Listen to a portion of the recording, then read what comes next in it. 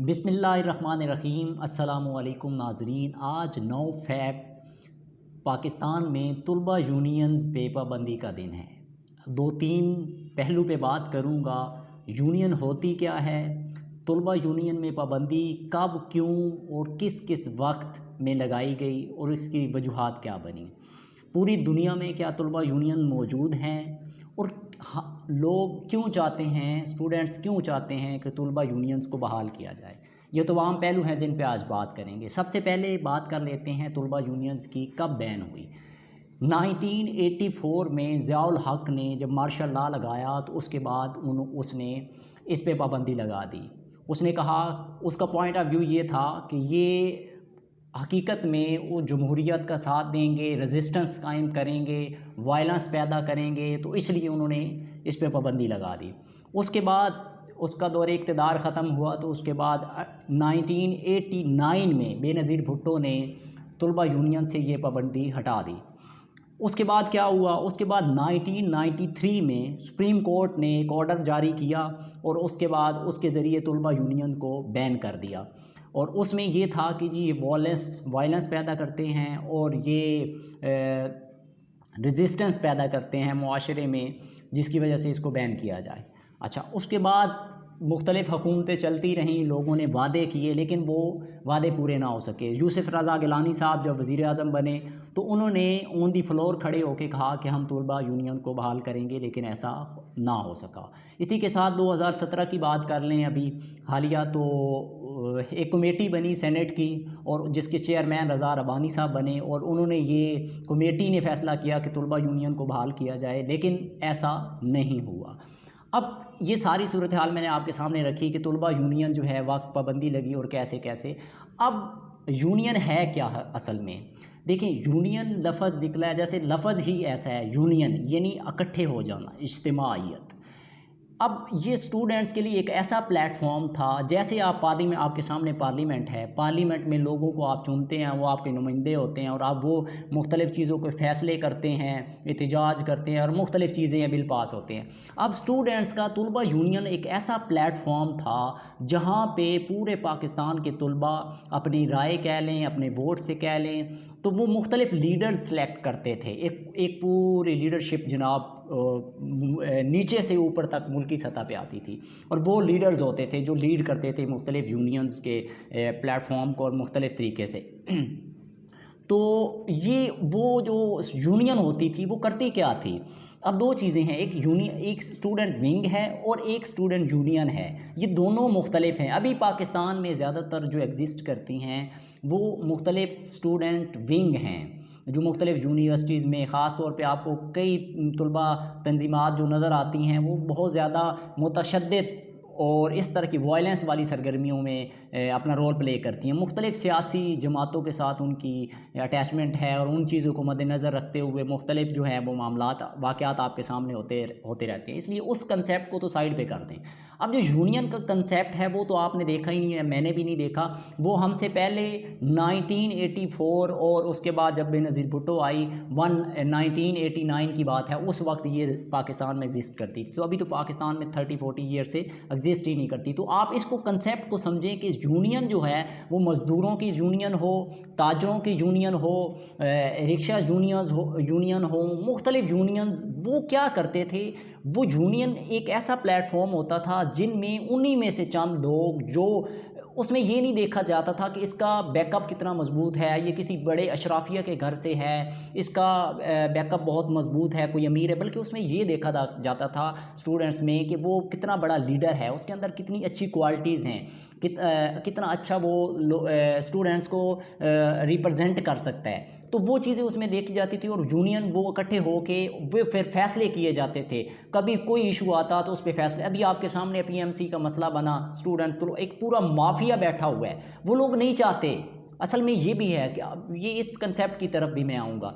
तो ये student union जो है ना, ये एक प्लेटफॉर्म था जिसके ज़रिए स्टूडेंट्स के मुल्की सतह पे एक जो जहाँ मसाइल आते थे उनके वो मसाइल हल किए जाते थे। और इस तरह वो जो साहिब इक़्तिदार लोग बैठे होते थे, इदारों पे बैठे होते, हर एक के वैसे तो उनके कानों पे जूं नहीं रेंगती, लेकिन इन यूनियंस के ज़रिए आप उनको हिला के रख देते थे और स्टूडेंट्स अपनी बात जो है वो अच्छे तरीके से नेशनल सतह पे उस मीडिया के ज़रिए और मुख्तलिफ प्लेटफॉर्म के ज़रिए उन तक पहुंचा सकते थे। तो ये रोल था बहुत बड़ा, जहां से लीडर्स पैदा होते थे, हकीकी लीडर्स जिन्होंने जाके आगे इस मुल्क का मुस्तकबिल संवारना होता था। वही दरवाज़ा हमने बंद कर दिया, वो सिर्फ इसलिए कि हम नहीं चाहते कि मुतवस्सित तबके का पढ़ा लिखा नौजवान बाशऊर कभी पार्लियामेंट पे पहुँचे। हम तो अशराफिया बैठी हुई है सारी, वो लोग जिनके पीछे नस्लें नस्लें दर नस्लें वडेरा शाही सरमायादारी जगीरदाराना सिस्टम है, और जनाब वो लोग इक़्तिदार पे बैठे उन्हीं की नस्लें परवान चढ़ रही हैं। नस्ल दर नस्ल जैसे एक बिज़नेस है, ऐसे ही मुल्क को हमने एक बिज़नेस की तरह कम्यूनिटी बना दी है। तो वो लोग कभी नहीं चाहते कि ये लीडरशिप जो है यहाँ से असल नौजवान जो है इस मुल्क का मुस्तकबिल, जिनके अंदर असल मुहिब्बे वतन हैं, वो लोग स्ट्रगल करते हुए स्टूडेंट्स यूनियंस के ज़रिए इस सतह पे पहुँचे। तो उन्होंने इसको बैन किया और अभी तक नहीं हो सका। भाई कई लोगों ने वादा किया, अगर वादा पूरा करते, अभी की हुकूमत देख लें, वादा पूरा करते तो वो आप अभी तक हो चुका होता। अब ये सारी सूरत हाल है। अब देखें स्टूडेंट्स यूनियन ये भी नहीं चाहते, और वो माफिया जैसे अभी आपके सामने पीएमसी मेडिकल ये स्टूडेंट्स का इशू बना रहा, धक्के लेते रहे गलियों पे, धरने दिए उन्होंने जनाब इस्लामाबाद, क्या हुआ? कोई हल नहीं निकला। सुप्रीम कोर्ट में गए, कोई धक्के ले रहे हैं। इस मुल्क में इंसाफ का निज़ाम तो आपके सामने है, मैं उस तरफ नहीं जाऊँगा। स्टूडेंट धक्के लेते रहे हैं तो क्या कोई हाल नहीं। अगर ये स्टूडेंट्स यूनियंस होती, सब स्टूडेंट्स जमा होते, वो एक आध स्टूडेंट यूनियन थी, तंजीम थी जिसने स्ट्रगल की, अब सारे मिल के ये स्ट्रगल करते, अगर वो प्लेटफॉर्म होता स्टूडेंट यूनियन का, तो ये अशराफिया जो मेडिकल में बैठा हुआ है वो ऐसे चुप करके बैठा होता आज अपने सीटों पे, अपने इक़्तिदारों पे। वो एक रेजिस्टेंस होती, एक आवाज़ होती स्टूडेंट्स की। ये इसीलिए ये सारे अशराफियाँ हैं, मेडिकल अशराफिया हो, मुख्तलिफ और जो यूनिवर्सिटीज़ हैं उनके अंदर जितना भी स्टाफ बैठा है, जो बड़े बड़े सीटों पे बैठे, कभी नहीं चाहते। वो कब चाहेंगे? वो नहीं चाहते कि ये स्टूडेंट्स यूनियन बहाल हों और स्टूडेंट्स अपने राइट के लिए खड़े हों, लोगों के राइट्स के लिए लड़ें, तो को कभी नहीं चाहेंगे। यही मसला है, इसलिए वो लोग चाहते ही नहीं है कि ये बहाली हो। अब दुनिया की बात कर लें, अब ये सारी चीज़ें आप कहें जी हमारे यहाँ क्यों बहाल किया जाए, दूसरी दुनिया के ममालिक नहीं है, वहाँ हर दुनिया की जितनी बड़ी यूनिवर्सिटीज़ के नाम ले लें वो आपके सामने हैं। वो वहाँ पे तलबा यूनियंस हैं, वहाँ पे क्या होता है, तलबा यूनियंस के जो इश्यूज़ होते हैं, जो कंसर्न्स होते हैं, उनको उस प्लेटफॉर्म के ज़रिए बड़े ही अमन के साथ और बेहतर वे पे उस जनाब से सामने रखा जाता है कि तलबा ये चाहते हैं, तलबा के ये मसाइल हैं, तलबा के ये इश्यूज़ हैं, तलबा की ये फ़ीसेज़ में मसाइल हैं, तलबा के ये इस तरफ के मसाइल हैं।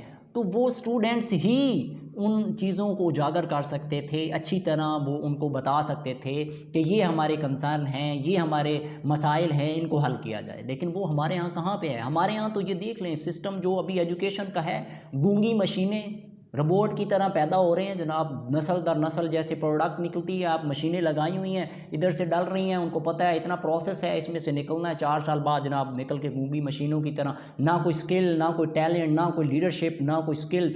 मतलब एक गूंगे जो जिनको सिर्फ ये कंसर्न है कि मैंने 4 साल डिग्री लेनी है, मैंने मास्टर करना है, एमफिल करना है, और मैंने अपने ज़ाती मफाद को देखना है, मैं कि किस वक्त किसी अच्छी जॉब पर पहुँचता हूँ, और वो भी सरकारी जॉब हो। तो हमारा तो कंसर्न वो ज़ात की हद तक हमें इन्होंने वहाँ पे डाल दिया हुआ है। तो वो स्टूडेंट्स यूनियन ये थी जो इन तलबा को कंसर्न देती थी, उनके अंदर लीडरशिप स्किल्स पैदा करती थी, उस टैलेंट को उजागर करते हुए लीडर्स पैदा होते थे जो जाके इस मुल्क का मुस्तकबिल संभालते थे। अब आप इसकी ये सारी मिसालें आपके पास तारीख भरी पड़ी है, आप मिसाल ले लें, स्टूडेंट्स क्या नहीं कर सकते। ये आप कुछ अर्सा पहले की बात ले लें, मेरे पास 2-3 मिसालें हैं जो मैं आपको बताना चाह रहा हूँ। फ्रांस के सदर की मिसाल लें, शोज़ डेगोल जो था, उसको दोबारा नए इलेक्शन करवाने पड़े स्टूडेंट्स के एहतजाज की वजह से, फ्रांस का सदर था। अब इसी तरह आप यूएस में 1955 में वो ले लें, वियतनाम वार जो था, उस पे पब्लिक का एक जो कंसेप्ट था, ओपिनियन, वो तब्दील हो गया पूरा का पूरा स्टूडेंट्स की रेजिस्टेंस की वजह से। तो अभी अभी हालिया की बात कर लें, इंडिया के अंदर आप देख लें, अभी वो जो जवाहरलाल नेहरू यूनिवर्सिटी है, वहाँ पे ये मोदी के फास्टेस्ट जो कंसर्न हैं इनके ख़िलाफ़ सबसे बड़ी जो रेजिस्टेंस थी वो स्टूडेंट्स की थी। तो हमारे यहाँ तो ये लोग चाहते ही नहीं हैं, ये लोग चाहते ही नहीं हैं कि स्टूडेंट्स आगे आएँ और लीडरशिप के ज़रिए वो अपने इस मुल्क के इक़्तिदार को या पार्लियामेंट को संभालें और वो असल जो लीडरशिप थी, असल जो लीडर्स थे वो पैदा हों। तो ये चाहते ही नहीं है। और ये बात हमेशा याद रखिए, अगर मैं बात कर रहा हूँ स्टूडेंट्स की, स्टूडेंट का आवाज़ बन रहा हूँ, तो मैं स्टूडेंट हूँ, तो मैं ये आपको पैगाम स्टूडेंट्स को ये भी बता रहा हूँ, ये भी बताना चाहता हूँ कि ये आपका आइनी और कानूनी हक है। आइनी वो हक और जमहूरी वो हक होता है जो आपसे ना वज़ीर आज़म ले सकता है, ना पार्लियामेंट ले सकती है, ना सुप्रीम कोर्ट ले सकती है, और ना कोई और इदारा, कोई भी आपसे छीन नहीं सकता। ये आपका बुनियादी जमहूरी आइनी हक है जो इन्होंने गस्ब किया हुआ है अभी तक। तो ये इसके ख़िलाफ़ हमें एक मुनज़्ज़म स्ट्रगल करने की ज़रूरत है कि इसको बहाल किया जाए। जो लोग चाहते हैं, जैसे तहरीक इंसाफ की हुकूमत अभी मौजूद है, अगर आप लोग चाहते हैं कि स्टूडेंट्स असल लीडर वो पैदा हों, तो आपको इस स्टूडेंट्स यूनियन को बहाल करना होगा, जिसके ज़रिए लीडर्स आएंगे और वो अपनी आवाज़ अच्छे तरीके से पहुंचा सकेंगे, और लीडर्स पैदा होंगे जो इस मुल्क की बागडोर संभालेंगे और ये मुल्क आगे जाएगा। तो बहुत शुक्रिया, थैंक यू सो मच।